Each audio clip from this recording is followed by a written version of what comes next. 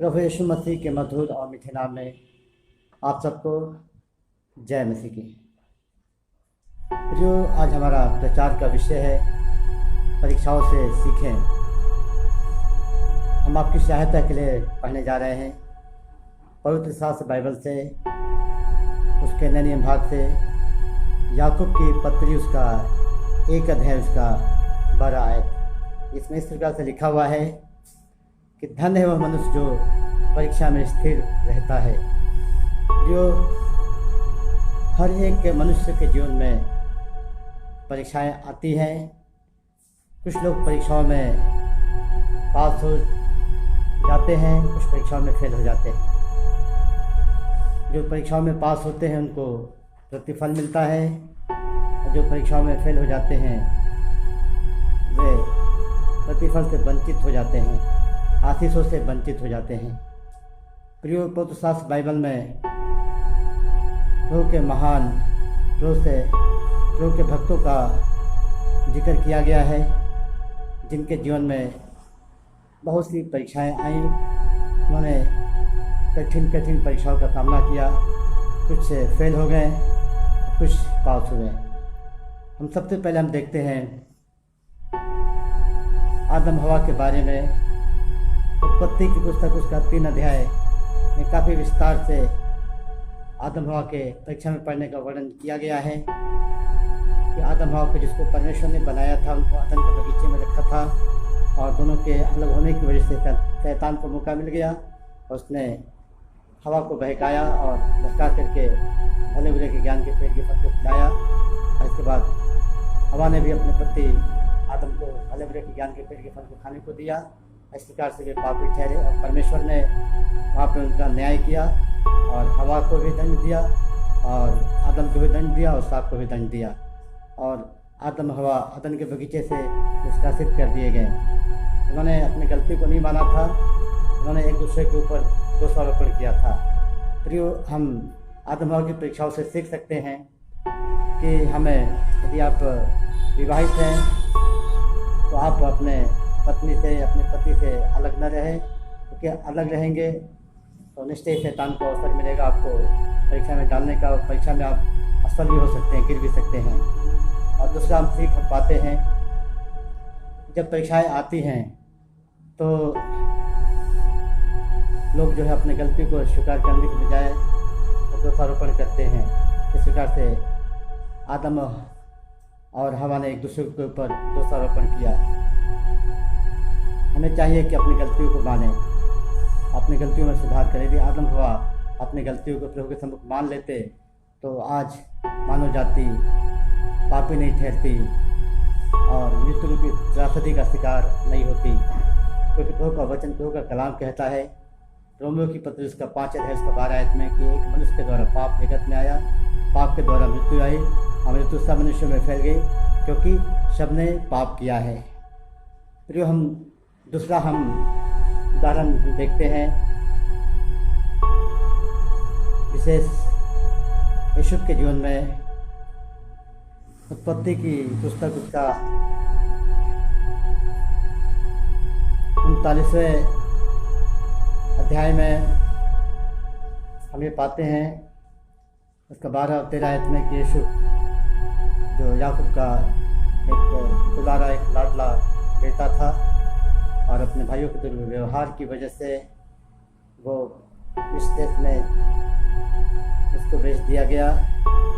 और वहाँ के अंगरक्षकों के प्रधान पोतीफर के घर में एक नौकर का वो काम किया, और उसकी पत्नी उसके ऊपर मोहित हो गई, उसके साथ सोना चाहा, और देखते हैं कि यूसुफ वहाँ से भागा, और पोतीफर की पत्नी ने उसके कपड़े को छीन लिया। और जब उसका पति पोतीफर आया तो शिकायत किया कि जिस दास को तूने घर के ऊपर ठहराया है सेवक के रूप में, एक मैनेजर के रूप में, उसने हमारे साथ सोना चाहा, और देखते के तौर पर मैंने उसका कपड़ा जो है अपने पास रखा है।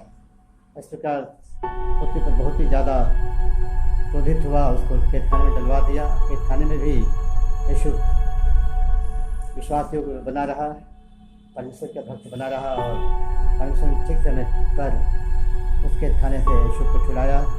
हम देखते हैं कि मिस्र के राजा फिरौन के द्वारा उसको बुलवाया गया, कैद खाने से छुड़ाया गया। और हम देखते हैं कि यूसुफ ने मिस्र के राजा फिरौन के सपनों के अर्थ को बताया, उसके फल को बताया। इस प्रकार से फिरौन प्रसन्न होकर उसको मिस्र देश का अधिकारी बना दिया, प्रधानमंत्री बना दिया। इस प्रकार से हम देखते हैं यूसुफ के जीवन में वो बेविचार से भागा और इसके बाद देखते हैं कि परमेश्वर ने उसके दोनों आशीष दिया उससे परीक्षा में स्थिर रहने की वजह से। प्रियो, हम तीसरा उदाहरण हम देखते हैं विशेष प्रभु यीशु मसीह के जीवन में।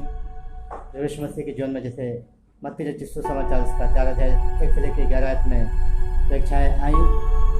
शैतान ने प्रभु यीशु मसीह की परीक्षा लिया और प्रभु यीशु मसीह ने शैतान को वचन के अधिकार के द्वारा उसको हरा दिया और शैतान प्रभु यीशु मसीह को छोड़ के चला गया। फिर हम प्रभु यीशु मसीह से सीख पाते हैं कि हमें परमेश्वर के वचनों को ज़्यादा से ज़्यादा सीखना है। संहिता 119 अध्याय का 11 का कलाम कहता है कि मैंने तेरे वचन को अपने हृदय में रख छोड़ा है कि तेरे विरुद्ध पाप ना करूं। प्रियो, परमेश्वर का वचन ज़्यादा से ज़्यादा ग्रहण करें। परमेश्वर का वचन आपको परीक्षाओं में हिम्मत देगा, ताकत देगा और आप परीक्षाओं के ऊपर आप विजय पाएंगे। और हम चौथा उदाहरण हम देखते हैं अय्यूब के जीवन में। अय्यूब परमेश्वर का बहुत ही बड़ा भक्त था, बहुत ही धनवान व्यक्ति था। उसके जीवन में परीक्षाएं आईं और वो परीक्षाओं में स्थिर रहा, न कुड़कुड़ाया। देखते हैं उसके 7 बेटे और उसकी 3 बेटियां थीं, तीनों जो है शैतान ने ख़त्म कर दिया। उसके पास ढेर सारे नौकर चाकर थे, सब ख़त्म कर दिए गए, मार दिए गए। हम देखते हैं 7,000 भेड़ बकरियाँ थी, 500 जोड़ी बैल थे, 500 गदहिया थी, 3,000 ऊँट थे। इस प्रकार उसके पास ढेरों सारों धन संपत्ति थी। हम देखते हैं कि शैतान उसकी बहुत ही जानलेवा परीक्षा किया, उसके शरीर को छुआ और सर से लेकर पैरों तक बड़े बड़े फोड़े उत्पन्न कर दिए और वो राख पर बैठ गया। उसकी पत्नी ने कहा कि तू परमेश्वर को निंदा कर, परमेश्वर को भूल जा। अय्यूब ने कहा कि देख हे मूढ़ स्त्री, जब परमेश्वर ने सुख दिया हमें सुख होगा, आज परमेश्वर दुख दे रहा है तो हम दुख क्यों न भोगे। और सब बातों में वो विश्वासयोग्य बना रहा और उसके मित्र आए, उसको पहले तसल्ली दिए, फिर बाद में दोषारोपण करने लगे। और देखते हैं कि उसने परमेश्वर की महिमा के लिए सबसे अच्छा अपने विचारों को रखा और परमेश्वर प्रसन्न हुआ। और हम देखते हैं कि जो भी कुछ उसका नुकसान हुआ था परमेश्वर ने उसकी भरपाई की। उसके पास 14,000 भेड़ बकरियाँ हो गई, उसके पास 6,000 ऊँट हो गए, उसके पास 1,000 जोड़ी बैल हो गए, उसके पास देखते हैं कि 1,000 गदहिया हो गई। हम देखते हैं उसके 7 बेटे और 3 बेटियाँ और पैदा हुई और उसकी बेटियाँ अपने देश में सबसे ज़्यादा खूबसूरत थी। और अय्यूब जो है अपनी बेटियों को उनके भाइयों के बीच में भाग दिया। हम देखते हैं कि वो 140 साल और जीवित रहा और अपने 4 पीढ़ियों को देखने पाया। तो प्रिय, परीक्षाएं आपके जीवन में आती हैं, आपके विश्वास को परखने के लिए आती हैं। आप परीक्षाओं का सामना करिए, आप डरिए नहीं। और परीक्षाएं आपके लिए बहुत ही जो है संघर्षमय होती है, लेकिन आप जो है संघर्ष करिए, संघर्ष से हारिए नहीं, तो आपके जीवन में आशीषें लेके आएंगी। प्रियो, परीक्षाएं पर विश्वास से आप परीक्षाओं का सामना करिए, आप चौकस रहिए और परीक्षाओं से बचने के लिए आप प्रार्थना करिए, उससे दूर रहिए। और यीशु मसीह परीक्षाओं में पढ़ने वालों की सहायता करते हैं और आपसे सहानुभूति रखते हैं। प्रियो, आपने देखा कि हम किस प्रकार से हम परीक्षाओं पर विजय पाएँ और परमेश्वर किस भक्तों के जीवन में आने वाली परीक्षाओं से हम सीखें। तो आप सबको बहुत आशीष दे। सबको जय हिंद।